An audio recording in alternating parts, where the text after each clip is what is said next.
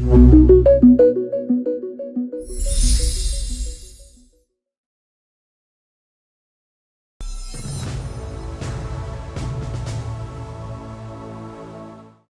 terdakwa kasus pembunuhan Yosua yaitu Ferdy Sambo meminta maaf kepada para penyidik yang menangani kasus Brigadir Yosua.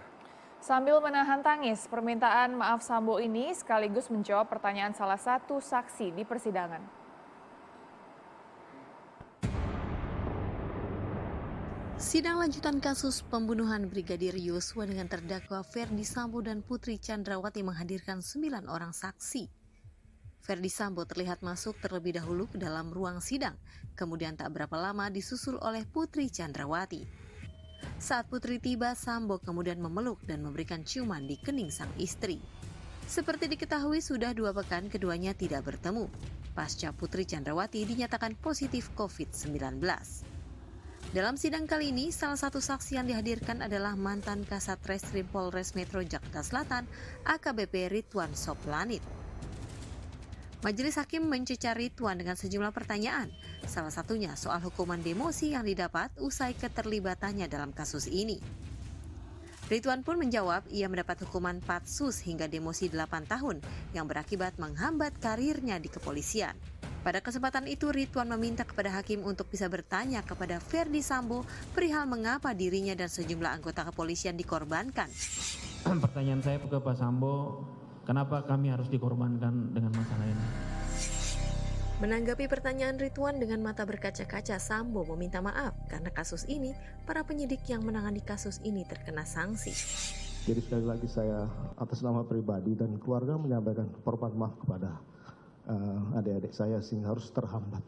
Tidak ada, saya sangat menyesal. Jadi saya sekali lagi mohon maaf. Saya sudah sampaikan ini di depan Komisi Kode Etik yang mulia, mereka tidak salah. Mereka hanya secara psikologis pasti akan tertekan dalam proses penyampaian saya.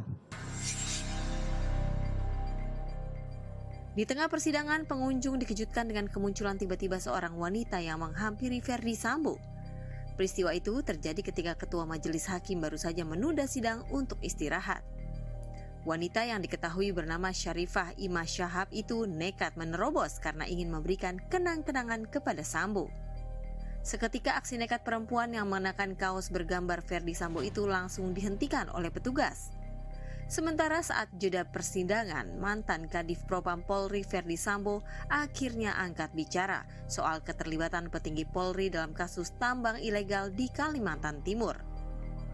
Menurut Sambo, pihaknya sudah memeriksa Ismail Bolong dan Kabareskrim Komisaris Jenderal Agus Andrianto terkait dugaan setoran miliaran rupiah hasil tambang batu bara ilegal.